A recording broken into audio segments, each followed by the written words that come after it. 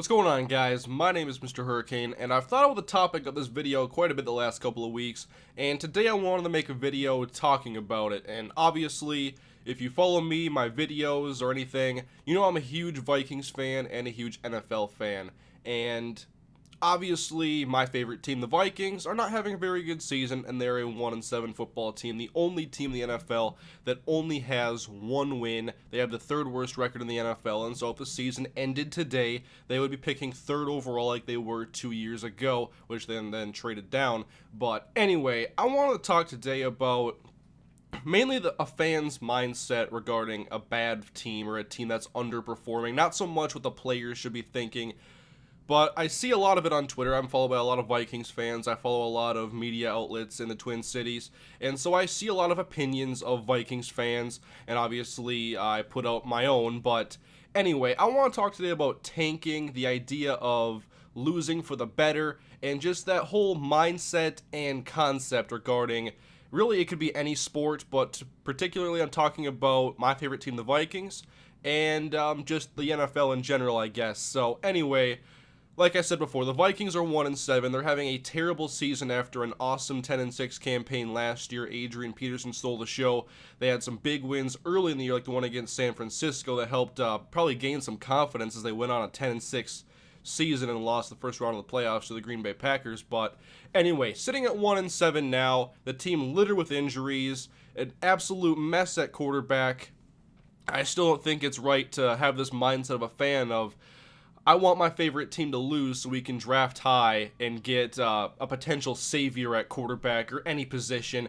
I completely disregard that notion, and I don't even give it a second thought whatsoever. It's not valid to me, because the idea of tanking and your team losing for the better, I think, is a completely backwards concept.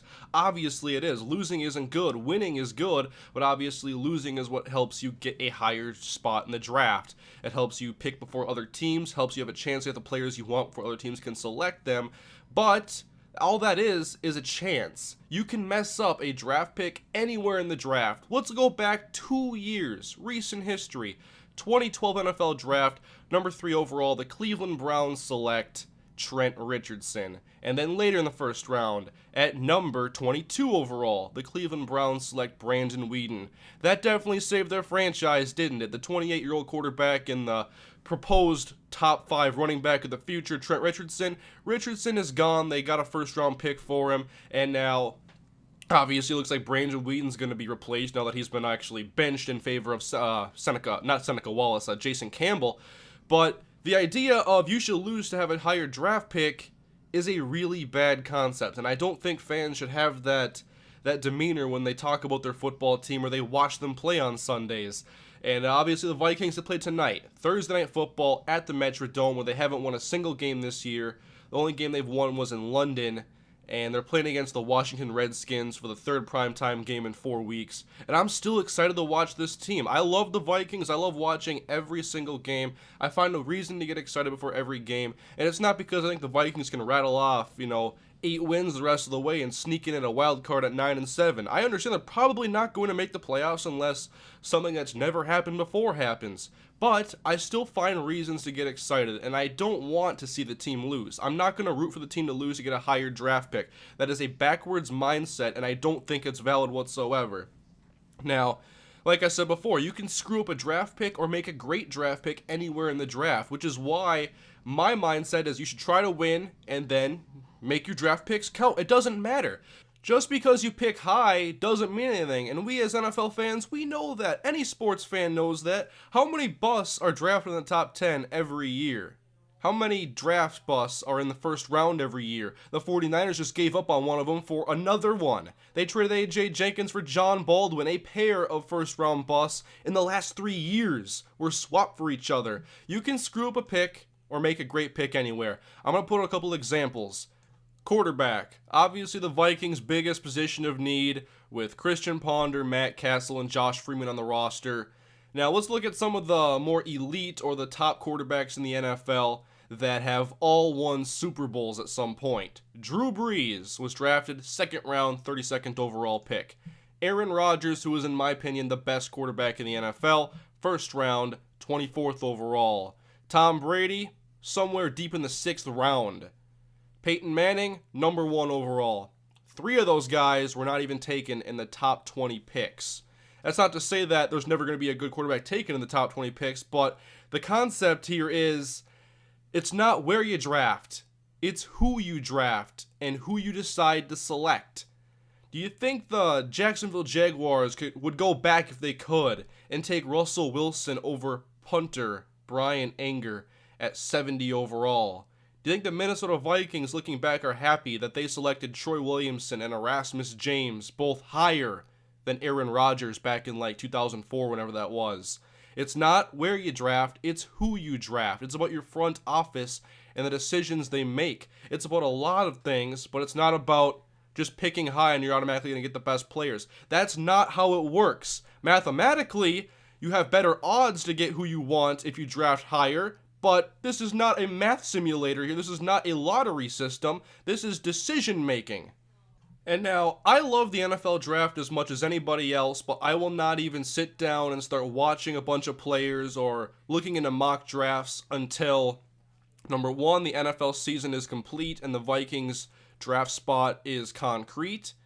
And number 2, not until the bowl games at NCAA are over, because you never know when injuries could happen or a guy's last college game is an absolute dud or something like that. But I wait until it's all said and done with, and then we have plenty of time, guys. Why worry about it now? We all yearn for the NFL season to come, the long summer of waiting for the Vikings to play again, or your favorite team. Why should I stop being excited 8 games into the season when there's 8 games left? I love watching football. I love the Vikings. The NFL season is short. I don't want it to be 18 games, by the way, but I'm going to enjoy every game the Vikings play, no matter who's playing at quarterback, no matter who's the tight end, no matter who's playing anywhere. Worry about the draft once draft season hits. Once the Super Bowl is complete and all the bowl games are finished, let's talk draft then. I'll be more than happy to talk about the quarterbacks that I like the most, or any player at any other position. Let's talk 6th rounders. How many of these guys are cut in training camp and only last a year or 2 in the NFL? Washington last year selected in the 6th round Alfred Morris, who became their starting running back and was one of the top rushers in the NFL last season. He was number 2 to Adrian Peterson. He wasn't a worse player because he was taken in the 6th round, obviously. All picking higher does is give you more options to choose from when you're drafting. It doesn't mean that you're going to automatically take better players, and there are some situations where drafting higher does get you in a better situation, like Andrew Luck. That's going to be talked about a lot in the comments, probably. Andrew Luck. Would the Colts be where they are today if they didn't lose all those games and were the worst team in 2011? Probably not, but that doesn't make it right. Andrew Luck is not the norm. He is not what usually comes out number 1 overall, the top quarterback. Certainly wasn't last year. E.J. Manuel, the only quarterback taken in the 1st round, then Geno Smith and a host of other players. It doesn't mean that just because Andrew Luck was great, doesn't mean it's okay to have this mindset to lose, in my opinion. I don't think it's ever okay, because the Vikings, what if they wanted to take Russell Wilson in the 1st round instead of Matt Khalil? What if they took Russell Wilson, drafted a tackle later? They would have had a pretty damn good quarterback. Russell Wilson's one of my favorite young quarterbacks, probably my 2nd favorite to Andrew Luck. Once again, it's about who you draft, not where you draft, and that's why I want the Vikings to win as many games as possible and then nail all the draft picks come the draft time in May 2014. That's all I want to see. The Vikings can make a pick in the 4th round next year that becomes a starter and a difference maker on defense. That would be absolutely awesome. And another thing I want to add, it's not always about the draft. I mean, the draft is a huge part of team building, getting better, but you got to remember, like, if you look at the 53-man roster, probably 30 to 40 of those guys at least you would think are going to be on the team next year. Don't you want to see those guys get better?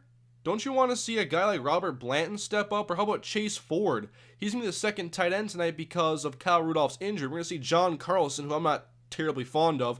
But how about Chase Ford? If he gets an opportunity and makes a big play? What if somebody else can step in and make a big play like last week? It was A.J. Jefferson catching an interception. I don't know if he's going to be back next year, but it was good to see A.J. step up and make a big play late in the game when the team desperately needed one. I want to see guys who are hungry to still play and play hard. And I don't think it's incredibly wrong to look forward to next year with some players. Like, I look at some of the players on the roster like Cordero Patterson, Sharif Floyd. I believe Sharif Floyd's going to start next year at one of the defensive tackle spots. I'm looking forward to watching him play now to see what's going to maybe be coming in the future, but I think it becomes a problem when you want your favorite team to lose for draft spot rather than I want to see the team win because guys are stepping up and playing well. If the Vikings just tank the year and everyone plays like garbage for 2 months, how does it make the team better by drafting somebody? I don't think it does. And you could even go the in-between route and say I want the Vikings to lose all their games but play well and make it entertaining. To me, that's still wrong because there's a big difference between winning and losing. The Vikings played probably their first or second best game of the year against Dallas on last Sunday, and they lost. It was a much better game to watch than the game against the Giants or the game against the Packers, but they still lost. I was happier after the game because it was a better effort and a better showing from the team, but I still want to see them win. I want to see guys step up and help lead the team to victory. That's going to do a lot more than a couple guys getting some good stat sheets and losing efforts. Yes, I liked seeing the A.J. Jefferson interception with a few minutes to go in the fourth quarter, but I didn't like to see them let the Cowboys go right down the field and Marcus Sherrills get beat by Dwayne Harris with a game-winning touchdown. I want to see that play made. I want to see a game-winning play made. The A.J. Jefferson play was nice, but I want to see a win. The Vikings only have one win, and that one win was clinched when Everson Griffen sacked Ben Roethlisberger in London. Looking back as a 1-7 Vikings fan, can you honestly say that you wish that Everson Griffen didn't make that play and Roethlisberger helped the Steelers win the game? Everson Griffen made the play, Vikings won. That's what you want to see.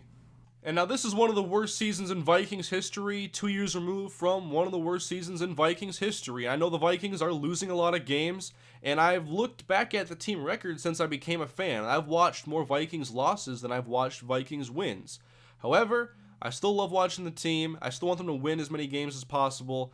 And I even tonight, 1-7 against the Redskins, go get a freaking victory. I want to watch the Vikings kick some ass tonight. It might not happen, but I want it to happen.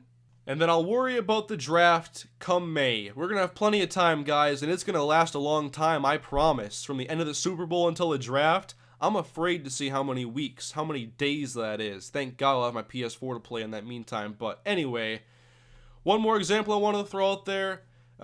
Team building, whatnot. I want to look at the Green Bay Packers receiving core because I admired it for many years and how they continually had guys step up that were good and they had the deepest receiving core in the NFL. They're littered with injuries now. They still have guys stepping up, a lot in part due to Aaron Rodgers, but now he's hurt, so we'll see how guys play. But anyway, Jordy Nelson, James Jones, Randall Cobb, Greg Jennings, Donald Driver. All those guys are the second rounder later. It's not about where you draft somebody, it's about who you draft. And not all those guys are Packers anymore. Driver and Jennings are gone, but because the Packers drafted well, they're able to fix those holes with relative ease. And so I'll worry about the draft when the draft comes, but the draft is not here yet, so I want the Vikings to win games. Then when the draft comes, I want them to draft well in the first round, second round, third round, no matter where it is in the draft. You can make a good pick. It doesn't matter where you are. There are good players there. You just got to find them, take them, and harness their power. Anyway, guys, hope you enjoyed the video. Just something different today as I've wanted to make this video now for the last couple of weeks. Minnesota Dynasty probably tomorrow and Rams on Saturday. But have a great day, guys. Hopefully you have a good game tonight on Thursday Night Football. And I'll see you guys later.